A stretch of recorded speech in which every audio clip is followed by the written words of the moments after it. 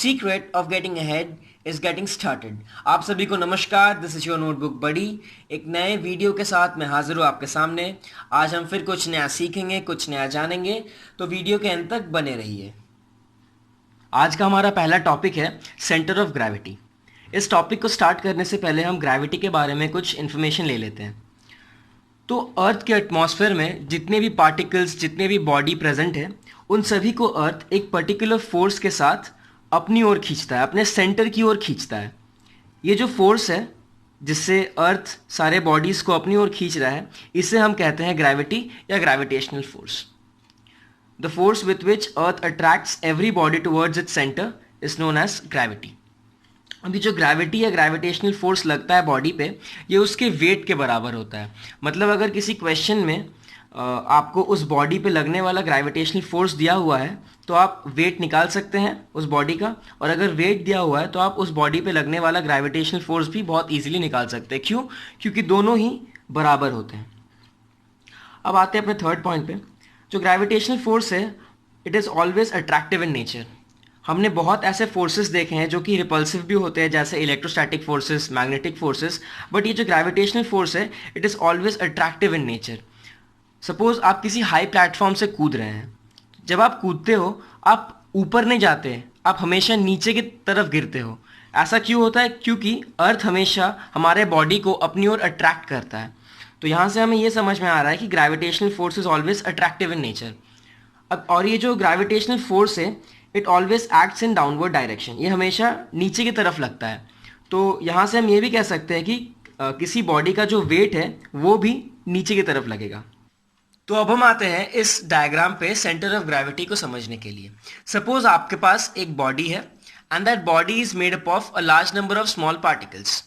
अब इन सभी पार्टिकल्स पे कुछ ना कुछ ग्रेविटी लगता है, तो हम मानते हैं इन पार्टिकल पे W मैग्नीट्यूड के ग्रेविटेशनल फोर्स लग रहा है।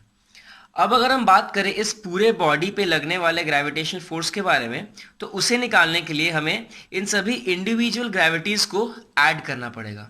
If we add them up, हमें क्या मिलता है? पूरे बॉडी पे लगने वाला ग्रेविटेशनल फोर्स। तो जो पूरे बॉडी पे लगने वाला ग्रेविटेशनल फोर्स है, उसे हम मान लेते हैं W डैश।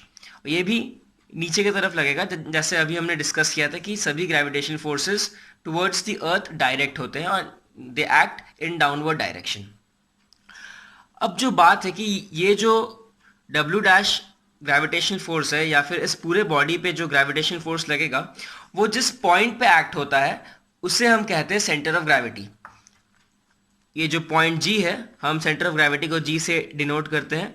तो सेंटर ऑफ ग्रेविटी एक ऐसा पॉइंट है जहाँ पे ग्रेविटेशनल फोर्स या ग्रेविटी एक्ट होता है।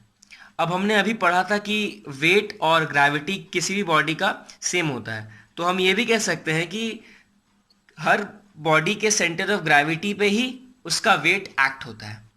तो अब हम आ जाते हैं डेफिनेशन पे।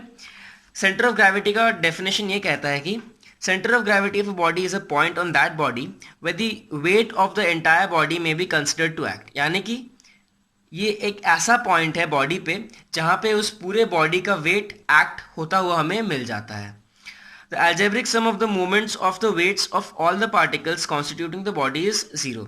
यानी कि अगर हम इस पॉइंट के अबाउट मोमेंट निकाले due to the weight of all the particles, हमें मिलता है 0। अगर हम सभी मोमेंट्स को एडअप करते तो हमें क्या मिलता है? 0। तो ये था एक बहुत ही important point centre of gravity के बारे में। तो अब हम आगे बढ़ते हैं। तो अब हम कुछ फैक्ट्स डिस्कस करेंगे सेंटर ऑफ ग्रेविटी से रिलेटेड। अभी हमने कहा कि किसी भी बॉडी के सेंटर ऑफ ग्रेविटी पे जो नेट मोमेंट होता है due to the weights of all the particles present in it is equal to 0। अब इसका ये मतलब है कि अगर हम किसी भी बॉडी पे कोई एक एक्सटर्नल फोर्स नहीं लगाते तो वो बॉडी सेंटर ऑफ ग्रेविटी के अबाउट किसी भी डायरेक्शन में टर्न या रोटेट नहीं होता। तो अगर टर्न और रोटेट नहीं हो रहा है तो इसका मतलब ये है कि हम उस बॉडी को उसके सेंटर ऑफ ग्रेविटी पे बैलेंस कर सकते हैं। तो यहीं से हमें हमारा पहला फैक्ट मिलता है, a body can be balanced at its centre of gravity. Second fact पे आते हैं, centre of gravity depends on the shape of the body, that is on the distribution of mass in it. अब इस चीज़ को हम एक example से समझते हैं। सपोज आपके पास एक वायर है। अब ये जो वायर है, इसका सेंटर ऑफ ग्रेविटी होता है एग्जैक्टली इसके मिडिल पॉइंट पे। जो इसका मिड पॉइंट होगा वही उसका सेंटर ऑफ ग्रेविटी होगा। अब आपको क्या करना है कि इस वायर को आपको एक सर्कल में ट्रांसफॉर्म करना है।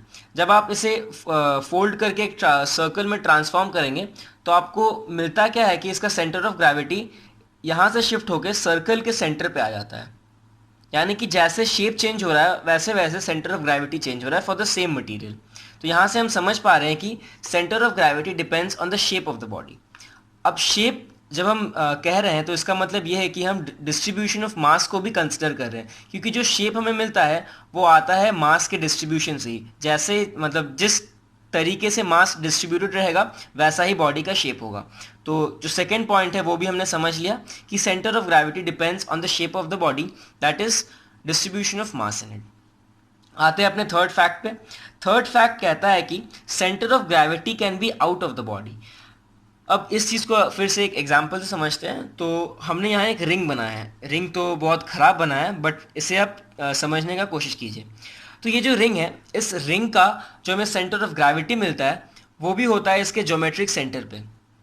ज्योमेट्रिक सेंटर से कहने का ये मतलब है कि ये जो आपको दिख रहा है सेंटर, इस पे कोई भी रिंग का मटेरियल नहीं है। मतलब ये जो सेंटर है ये रिंग के मटेरियल पे लाई नहीं करता है, बट फिर भी इसका सेंटर ऑफ ग्रेविटी यही लाई करता है।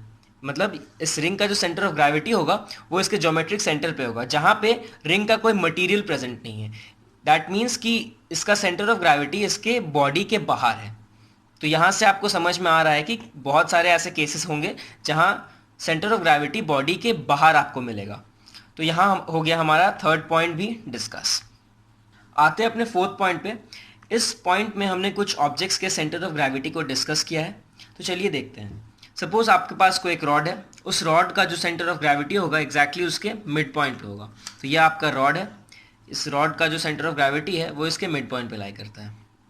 Next disc. अगर आपके पास कोई एक डिस्क है, सर्कुलर डिस्क है, उसका जो सेंटर ऑफ ग्रेविटी होगा वो उसका ज्योमेट्रिक सेंटर है। जो इस सर्कल का जो सेंटर है वही उसका सेंटर ऑफ ग्रेविटी होगा।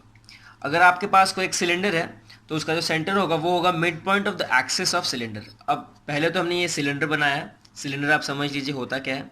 इस शेप का कोई भी ऑब्जेक्ट को हम सिलेंडर कहते हैं।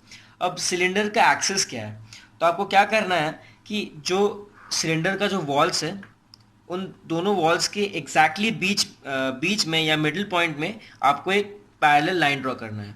वही हो जाता है सिलेंडर का एक्सिस। अब उस सिलेंडर का एक्सिस का जो मिड पॉइंट होगा वही हो जाता है सिलेंडर का सेंटर ऑफ ग्रेविटी। आते हैं सॉलिड कोन पे। अब सॉलिड कोन का क्या है कि जो सेंटर ऑफ ग्रेविटी मिलता है वो होता है at a distance h/4 from the base of the cone on its axis. अब फिर पहले देखते हैं कोन क्या है। तो हमने यहाँ कोन बनाया। इस शेप का कोई भी ऑब्जेक्ट को हम कोन कहते हैं।